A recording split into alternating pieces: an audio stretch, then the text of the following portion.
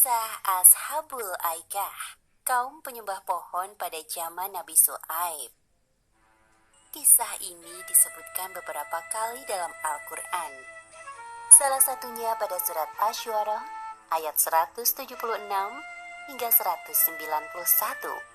Diceritakan bahwa pada zaman Nabi Syuaib, ada suatu kaum yang lebih memilih menyembah pohon daripada beriman kepada Allah Subhanahu wa Ta'ala. Akibatnya, Allah menurunkan azab berupa gempa bumi yang dahsyat menghancurkan kaum ini. Nabi Syuaib alaihi salam diperintahkan Allah untuk berdakwah kepada suatu kaum yang tinggal di daerah Madyan, sebuah kawasan di antara Hijaz dan Syam. Kaum ini terkenal dengan julukan Ashabul Aikah yang memiliki arti penyembah pohon.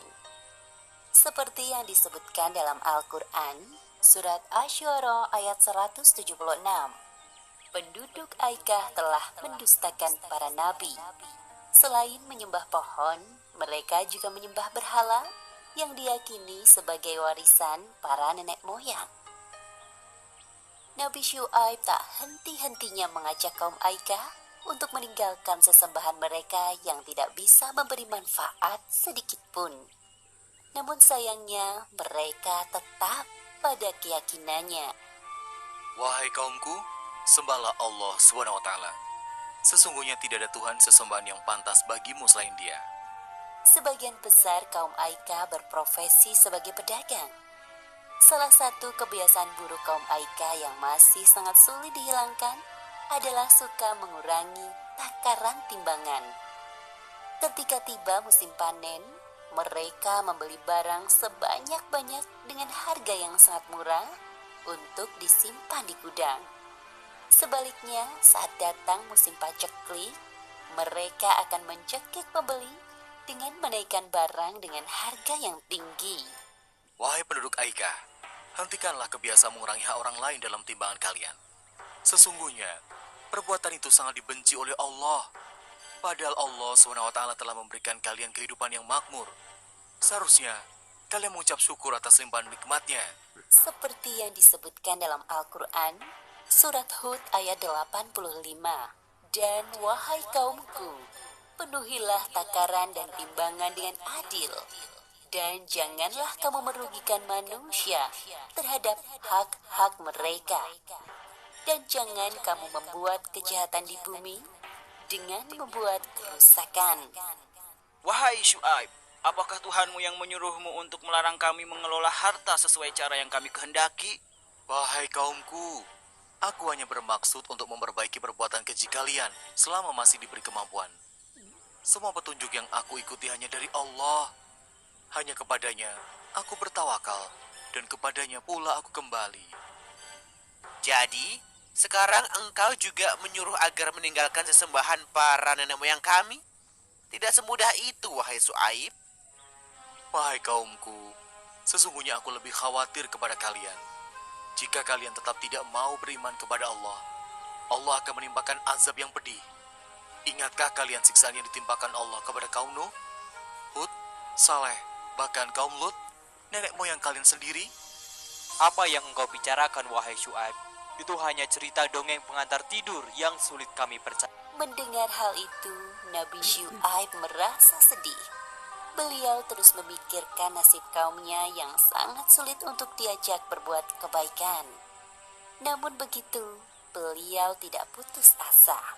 Nabi Syuaib terus berdoa kepada Allah agar kaumnya segera diberikan hidayah.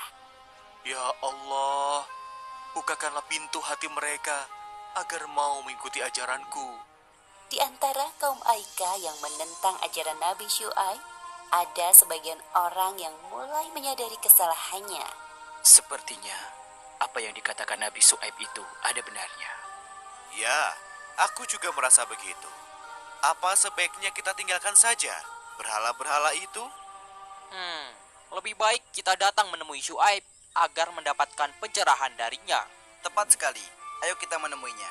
Ketika kaum Aikah mengetahui ada sebagian dari mereka yang mengikuti ajaran Nabi Syuaib, mereka sangat marah.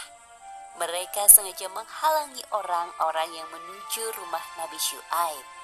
Hinaan dan cacian keluar dari mulut mereka. Wahai Syuaib, pergilah engkau dari negeri Madian bersama pengikutmu.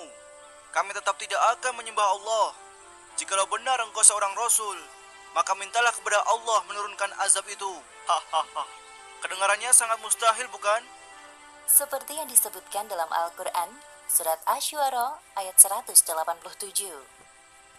Maka jatuhkanlah kepada kami gumpalan dari langit, jika engkau termasuk orang-orang yang benar. Perkataan itu menandakan kesombongan kaum Aikah. Mereka lupa bahwa Allah Maha Kuasa atas segala sesuatu. Sesungguhnya, Allah SWT lebih mengetahui siapa yang berdusta dan azab bagi para pendusta. Wahai kaumku, sebelum terlambat, mohonlah ampunan kepada Allah, kemudian bertaubatlah. Sungguh, Allah SWT Maha Pengasih lagi Maha Penyayang. Kemudian Nabi Syuaib dan pengikutnya meninggalkan negeri Madian. Beberapa hari setelah kepergian Nabi Syuaib dan pengikutnya, terjadi keanehan di langit. Awan biru berubah menjadi hitam, bergulung-gulung dan bergerak perlahan menaungi negeri Madian. Awan hitam itu menimbulkan hawa panas yang menyengat sampai ke ubun-ubun. Kaum Aikah mengeluh kepanasan. Terdengar suara guntur menggelegar dan disusul dengan gempa yang dahsyat. Seperti yang disebutkan dalam Al-Quran Surat Al-A'raf ayat 91. Lalu datanglah gempa menimpa mereka, dan mereka pun mati bergelimpangan di dalam reruntuhan rumah mereka. Pada hari itu kaum Aikah mendapatkan siksaan yang sangat pedih. Sungguh janji Allah itu benar adanya.